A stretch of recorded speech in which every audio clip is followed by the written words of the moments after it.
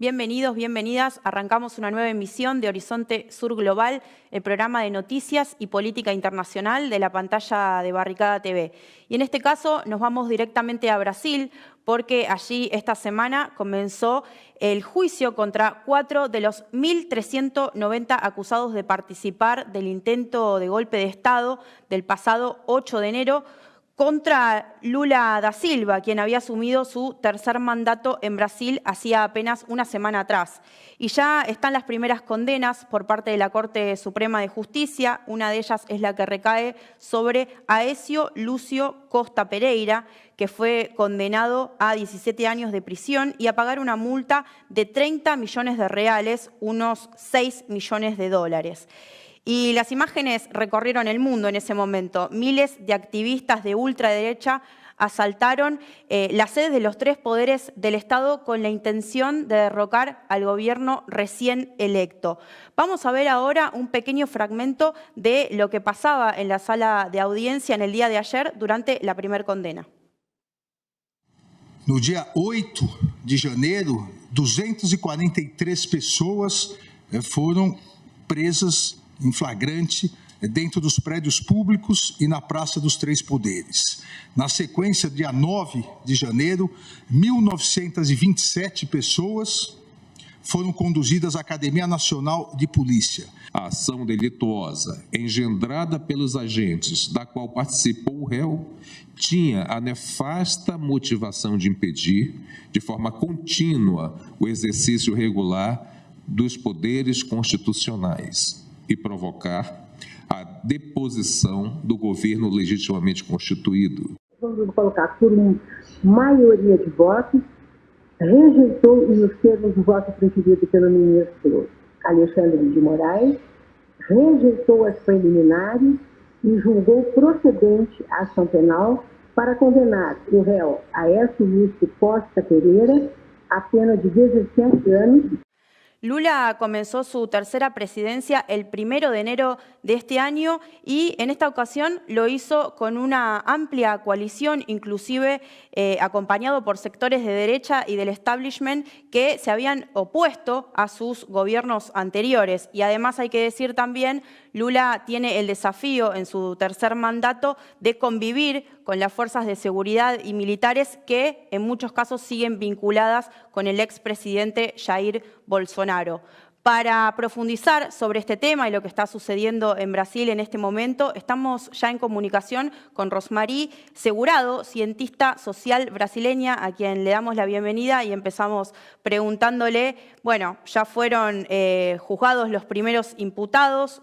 En principio, preguntarte qué opinás de este juicio y cuán importante crees que justamente una de las acusaciones sea por intento de golpe de Estado, nombrándolo de esta forma y no simplemente como una acción delictiva.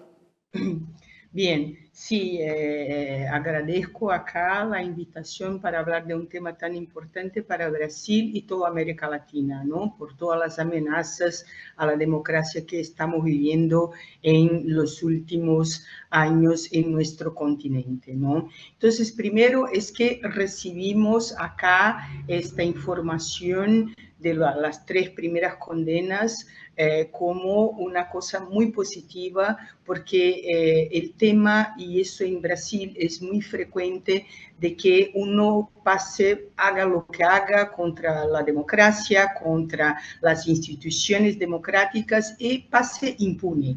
Esto es lo que pasó incluso en nuestro país en relación a la dictadura y a los militares, ¿no? Diferentemente de vosotros en Argentina, que hicieron historia, ¿no? Investigando, juzgando y poniendo condenas, acá no lo hicimos. Entonces, cuando vemos hoy por hoy que eso empieza a pasar con aquellos que intentaron un golpe, porque este es el tema, ¿no? No era, como dicen, la extrema derecha que estábamos manifestando nuestra opinión, no, todos pueden manifestar su opinión, pero siempre en los marcos democráticos, en los marcos de la Constitución, y atentar, ¿no?, contra las instituciones democráticas es un golpe, ¿no? Entonces, lo recibimos bien, está bastante, todos los análisis, ¿no?, de los jueces de nuestra Corte están bastante interesantes, aunque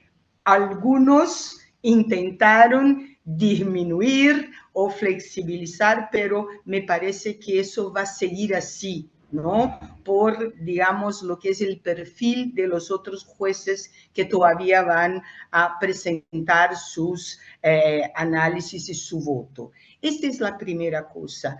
Y creo que decir que es su pregunta, ¿no?, que es un golpe, es muy importante, porque muchas veces se dice, es que no lo hicieron, no llegaron. Un golpe tradicional están con caballos en la rúa, con los tanques. Estos son los golpes que vivimos en los años 60, 70 en nuestro continente. Argentina, Brasil, Chile, Uruguay, Paraguay, en todos estos países. Los golpes del siglo XXI tienen otras características. No hay necesidad de poner tanques en la calle, no hay necesidad de que el ejército esté ahí, ¿no? Pero hay muchas otras formas, y estas fueron las que pasaron en el 8 de enero en Brasil. Entonces, me parece que decir que, bueno, pero el golpe no resultó, no fue adelante. Bueno, claro, si fuera adelante no estaríamos incluso hablando de eso, por supuesto, pero el intento de hacer es muy importante, porque no fue, porque las instituciones de alguna manera no supieron detener este intento, ¿no? Porque si no hubiera, con todos los problemas que tuvimos, que, bueno, vosotros saben, ¿no?, destrozaron todos los poderes, las instituciones, la Corte, el Congreso, el Senado, ¿no? Entonces es una señal muy importante. Me gustaría de hacer un otro punto en este tema aún, que es, ahí están investigando todavía la gente que es, ¿cómo puedo decir?, que estaba involucrada, que participó ahí en el día. Pero una cosa muy importante, hay que seguir, y sé que hay una investigación en aquellos, primero, que lo financiaron, que pusieron dinero para atacar la democracia. Esta es la primera cosa. La segunda cosa muy importante son aquellos que son los, no sé si este término es en español, perdónenme, mentores, los cerebros, los que pensaron, los que arquitectaron, que planificaron. ¿Por qué? Porque cuando llegamos a eso, llegaremos seguramente a personas que o todavía aún están en algunas instituciones, en el ejército, en alguna institución democrática, o que están sueltos por ahí y que pueden estar planificando otro tipo de intento de golpe. Entonces, es decir, está muy bien estas condenas, porque estas personas, por supuesto, siguieron algún comando, pero aquellos que planificaron y financiaron el comando también tienen que ser juzgados y condenados con los principios de la ley, por supuesto, ¿no? Recién mencionabas a los autores intelectuales. Te quería preguntar si hay algún avance en la investigación en ese sentido, y también preguntarte qué rol jugaron ahí los empresarios, la burocracia judicial y política, y también las Fuerzas Armadas en este intento de golpe. Bueno, una parte de estas investigaciones todavía siguen en secreto, ¿no? Y lo que me parece bien para incluso, ¿cómo puedo decir?, para que estos que son los sospechosos no hagan aquella operación clásica de destrozar, ¿no?, lo que puede incriminarlos, ¿no? Pero más o menos tenemos, ¿no?, informaciones públicas que sí hay personas involucradas en el ejército, ¿no?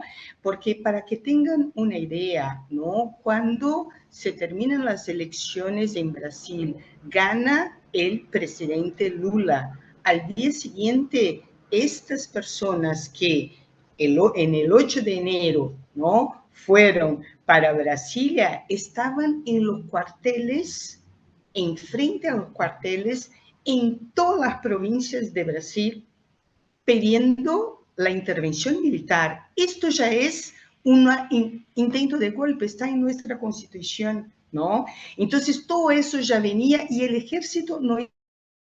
Y todas las veces que, ¿no?, alguna autoridad pública, ¿no?, o la prensa o lo que sea les cuestionaba, decía, están manifestando su libertad de expresión y de opinión. Entonces, volvemos a decir, defensa de la libertad de expresión siempre, principio básico de la democracia.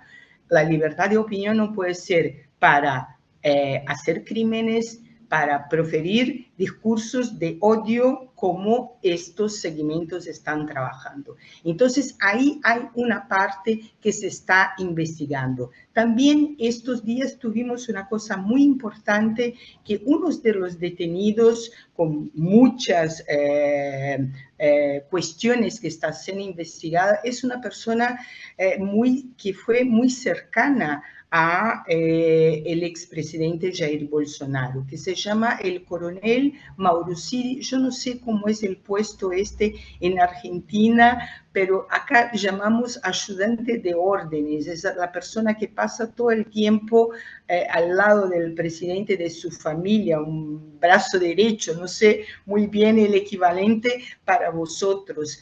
Este señor fue detenido, se pasó ahí como 2 o 3 meses para no decir por qué hizo tantas cosas, como por ejemplo vender presentes, regalos que el presidente ganó carísimos, las joyas del gobierno de los Emiratos Árabes, y bueno, cosas que eran patrimonio del país, del pueblo brasileño, no era para el presidente.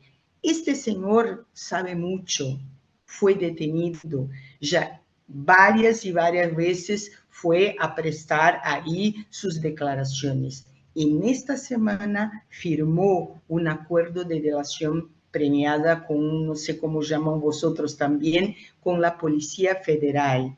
La delación acá en Brasil es, no sé si eso es una regla en general, es que una persona va a decir lo que sabe de la conducta de alguien que está arriba de ella, nunca abajo, por supuesto, que es justamente para que lleguemos a quién ordenó, quién pensó, quién planificó. Entonces, él ha dicho, ¿no?, ha declarado cantidad de cosas que todavía también están ahí en sigilo para las investigaciones, pero pienso que ahí también llegaremos a estos mandantes, que es seguramente también lo que nos interesa saber. ¿Quién arquitecto? ¿A quién interesaba destruir la democracia de Brasil? Esta es nuestra cuestión que tiene que ser aclarada. Rosmarie, te consulto, ¿qué cambios crees que hubo en Brasil para llegar a este juicio después del gobierno de Bolsonaro y todo el negacionismo que este gobierno llevó adelante? Bueno, yo pienso que todavía, como tenemos un ambiente muy polarizado, ¿no?, muy radicalizado políticamente, aún en este momento, hoy incluso ha salido una encuesta de un instituto importante acá, nos mostrando eso, porque estas personas pasaron muchos años residiendo en sus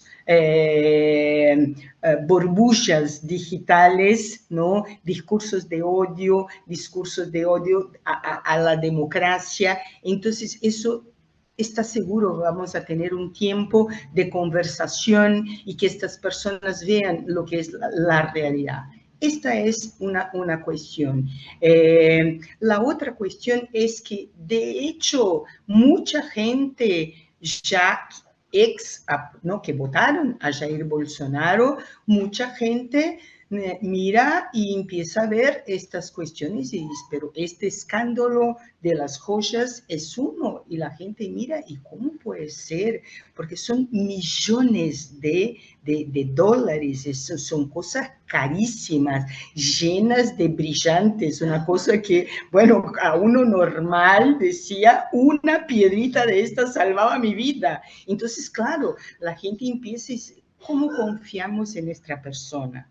Pero claro, pienso que tenemos, como estamos ahora a 9 meses del gobierno Lula, es un tiempo que muchas cosas ya no evoluyeron, pero seguramente tenemos un trabajo muy grande y de decir a esas personas que mira, era eso que decíamos, un país hay que ser conducido por alguien que respete a las personas, que no trabaje con mentiras, que no trabaje con negacionismos como fue en pandemia con la vacuna y que proteja el pueblo y la democracia. Entonces, creo que estamos en el camino, lo que es una muy buena noticia, pero el camino será largo y hay que saberlo para enfrentar esta caminata, ¿no?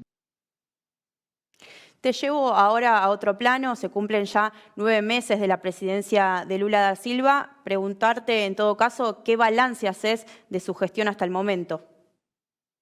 Bueno, yo creo que hay cosas muy positivas en algunos campos. Primero, es decir, imagínense que toma posesión en 1 de enero, que es la regla acá en Brasil. En el 8 de enero enfrenta ya esta situación que hablábamos anteriormente. Entonces, creo que también, ¿no? Una de las intenciones del golpe al principio, ya en los primeros días del gobierno, era paralizar el gobierno para solucionar eso. Y creo que ahí fue una habilidad muy importante del presidente Lula y, bueno, parte de sus asesores más directos involucrados en eso, en poner las cosas para investigar, para solucionar, pero hay un Brasil a reconstruir, porque acá, ¿no? El expresidente Bolsonaro ha destrozado políticas públicas, ha destrozado una cantidad de cosas en la salud, en la educación, en la cuestión ambiental, que Brasil ocupa un rol importantísimo en el mundo, ya lo sabemos, ¿no? Es decir, muchas de estas cosas empezaron a ser encaminadas y una economía con muchos problemas, ¿no?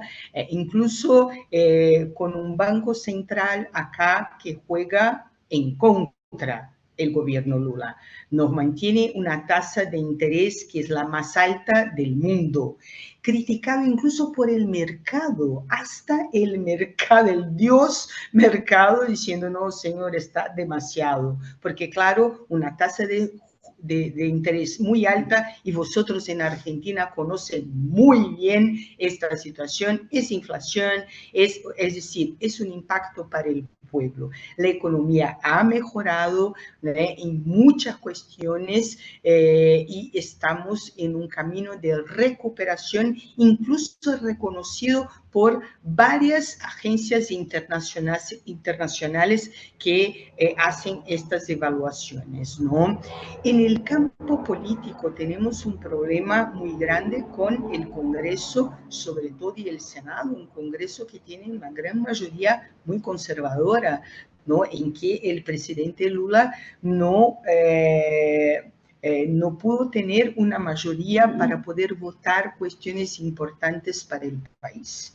Este es un tema eterno en Brasil, pero claro, ¿no? Y Lula decía mucho eso en campaña, lo sabía que era, gente, tenemos que elegir presidentes, gobernadores de provincia, pero aténtense al Congreso, porque si el Congreso paraliza una votación importante para el país, no vamos hacia adelante, ¿no? Para eso tiene que hacer negociaciones y muchas veces composiciones con quien, bueno, no son que son, ¿cómo puedo decir?, los oportunistas de siempre en la política, ¿no? Acá, no sé si existe, me perdonen ahí, errores en español, fisiologistas, ¿no? Oportunistas, no sé, aquellas personas que tienen interés en mantener sus caudillos electorales y no están preocupados con una política pública exitosa que cambie la vida de las personas, ¿no? Para mejor, ¿no? Creo que lo que también está faltando del movimiento social, del movimiento sindical, es movilizaciones de calle para presionar, ¿no? Incluso por sus intereses, ¿no? Para que el presidente pueda, ¿no? Mantener, ¿no? El compromiso, que es su compromiso de elecciones, ¿no? De la elección, que era mejorar la vida de la gente y que era volver a poner el país del Brasil en los gobiernos del PT, había salido del mapa de la hambre y volvió con el gobierno Bolsonaro en 4 años. Política pública es así, si no la mantiene, si no está todo el tiempo cuidando, se acaba. En el gobierno Bolsonaro, 33 millones de brasileños volvieron al mapa de la hambre, de la pobreza extrema, cosa que habíamos superado en los gobiernos del presidente Lula y la expresidente Dilma. Es eso que preocupa a Lula y pienso que está en un camino, pero claro, hay mucha lucha política para poder lograr y mantener sus propuestas de campaña. Por último, te pregunto, ¿qué balance haces de la política exterior que está llevando adelante el gobierno de Lula da Silva? Bueno, yo creo que una cosa muy importante es que Lula es un liderazgo político internacional, ¿no? Y es interesante porque creo que Lula no había tomado posesión todavía en noviembre de 2022, pero él fue invitado a la COP, que es la cúpula importante de ambiental que pasó en Egipto, y fue recibido como jefe de Estado. Todavía no era, ¿no? Había sido. Entonces, es esta influencia que Lula tiene globalmente, ¿no? Entonces, aprovecha mucho, ha viajado mucho para reconstruir estos puentes que son muy importantes.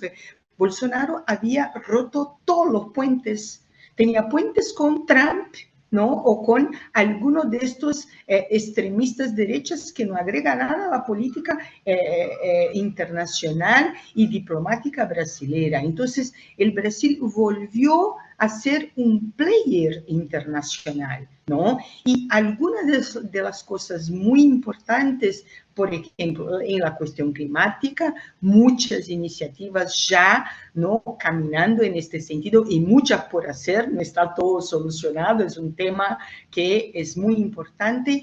Y creo que ahora, en los últimos tiempos, con los BRICS, ¿no? Es decir, poner los BRICS como una potencia importante que puede ser para acuerdos internacionales, multilaterales, que son importantes para la economía de Brasil y voy a decir, claro, para la economía de nuestro continente latinoamericano, que necesita mucho de estas conversaciones. Y Lula tiene mucha habilidad política para hacerlo. Entonces, es decir, por ejemplo, Lula en las primeras apariciones públicas decía, el Brasil volvió al mundo, y creo que es eso que estamos diciendo, estamos de vuelta y estamos de vuelta para ¿no?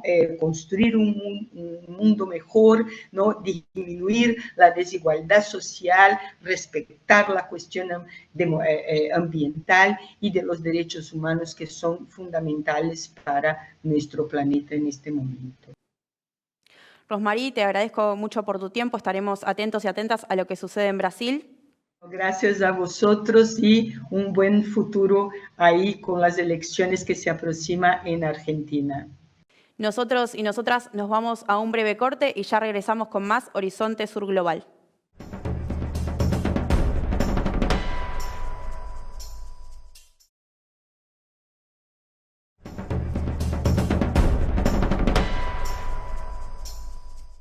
Testificará una víctima del franquismo. El testimonio de Julio Pacheco, torturado por policías antes de ser trasladado a la cárcel en 1975, es posible gracias a la sanción de la Ley de Memoria Democrática. La normativa fue aprobada en octubre del 2022 y se convirtió en una insignia del gobierno de coalición del presidente Pedro Sánchez. Nunca antes un tribunal español había interrogado a las víctimas por delitos de lesa humanidad. Hasta ahora, los crímenes del franquismo solo habían sido juzgados en Argentina en 2010, basándose en el principio de la jurisdicción universal.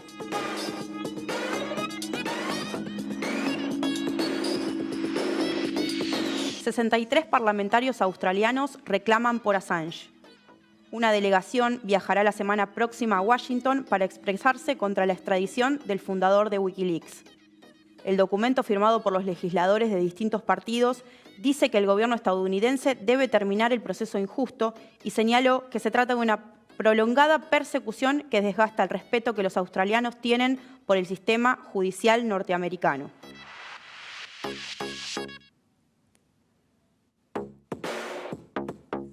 Biden extendió el bloqueo contra Cuba. El nuevo decreto del presidente norteamericano tiene 1 año de duración. El ataque económico, comercial y financiero de Estados Unidos sobre la nación caribeña lleva más de 60 años. El canciller cubano denunció que Biden continúa la tradición de los presidentes estadounidenses invocando una ley vetusta de 1917 para justificar el abuso contra el pueblo cubano.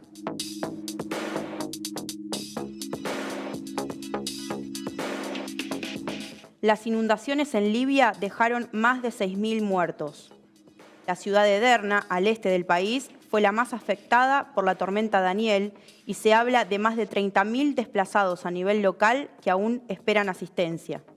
Según información oficial, cerca de 17 horas de lluvias intensas colapsaron 2 represas situadas a pocos kilómetros de las áreas habitadas y en apenas 30 minutos la tormenta arrasó con barrios enteros y 4 puentes que atraviesan el río Derna.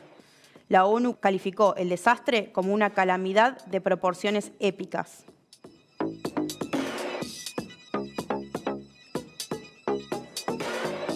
Asesinaron a un dirigente del movimiento Semilla. Aníbal Ramírez había sido candidato del partido del presidente electo de Guatemala, Bernardo Arévalo. Él y su esposa fueron asesinados a tiros este jueves cerca de la frontera con México, en circunstancias aún no esclarecidas.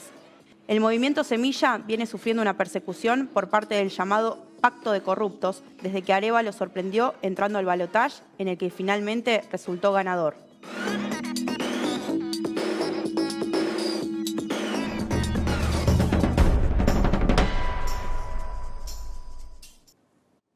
Ya estamos en el último bloque de Horizonte Sur Global y en este caso nos acompaña nuestro compañero Juan Manuel Bocacci. ¿Cómo estás, Juan? ¿Qué haces, Lu? ¿Cómo estás? Bien.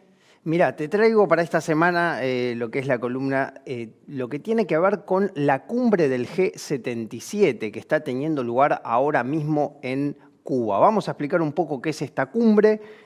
Hay que remontarse para eso al año 1964, ¿sí? Que es el año en el que surge.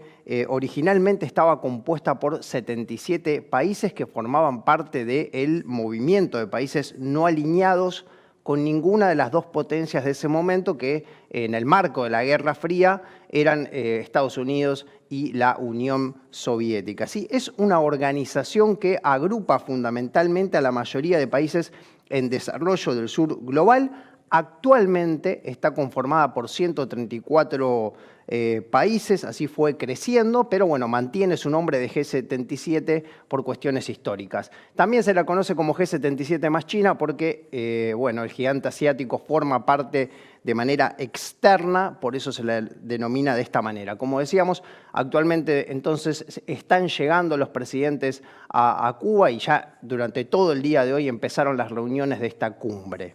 Contanos un poco la importancia que tiene este espacio. Bien, actualmente este es un mayor grupo que reúne a países del sur global y que buscan instalar las agendas del sur global y a su vez también conforman un bloque muy importante en lo que es la Organización de Naciones Unidas.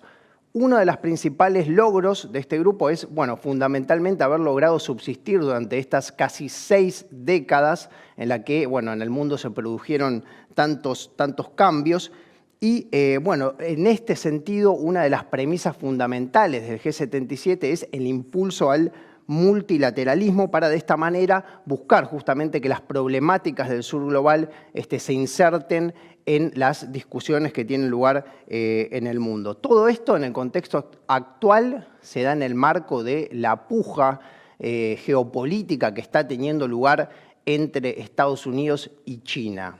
Es entonces en ese contexto que el G77 va a buscar justamente insertar las discusiones del sur global para justamente lograr instalar estas problemáticas que aparecen en este contexto mundial. Hace poco el embajador de Cuba en Argentina habló un poco de lo que es la cumbre y allí mencionó que este encuentro supone avanzar hacia la meta de un mundo multipolar que ahora pasa a un nuevo orden, ya que el actual no garantiza seguridad económica, alimentaria, paz entre naciones, desarrollo, justicia social ni igualdad entre seres humanos. Por otro lado, el G77 también tiene como impulso, como funcionar de contrapeso a lo que es el G7, ¿sí? Este bloque que logra aunar a los países más importantes económicamente del mundo. Estos son Estados Unidos, Japón, Alemania, el Reino Unido, Italia, Francia y Canadá, ¿sí? El G77 en parte logra entonces que se instalen las problemáticas del sur global por este fuerte peso que tiene en la Asamblea de la ONU para buscar negociar de esa manera su agenda. Bueno, ¿quiénes van a estar presentes en la reunión que está teniendo lugar en Cuba? Bueno, dentro de Latinoamérica está presente el presidente de Brasil, Luis Ignacio Lula da Silva, el presidente de Argentina, Alberto Fernández, Xiomara Castro de Honduras. También está confirmada la presencia de Luis Arce de Bolivia, Gustavo Petro de Colombia, y de China no va a estar el presidente Xi Jinping, sin embargo envió a un representante que es Li Xi, que forma parte del comité permanente del Politburó del Partido Comunista Chino. La presidencia de este grupo va rotando año a año entre los 3 bloques que lo componen, que son África, Asia, Pacífico y América Latina y el Caribe. Es una presidencia que se ejerce durante un año y, bueno, este año le tocó a Cuba, el año que viene le va a tocar a Uganda. Así que vamos a esperar un poco cuál es el documento final que se emita. ¿Cuáles son las conclusiones de esta cumbre? Exacto, para poder sacar un poco más en limpio hacia dónde plantea su agenda en este año el G77. Gracias, Juan. No, por nada. Bueno, nosotros y nosotras ya nos despedimos. Nos encontramos el próximo viernes a las 22 horas por la pantalla de Barricada TV.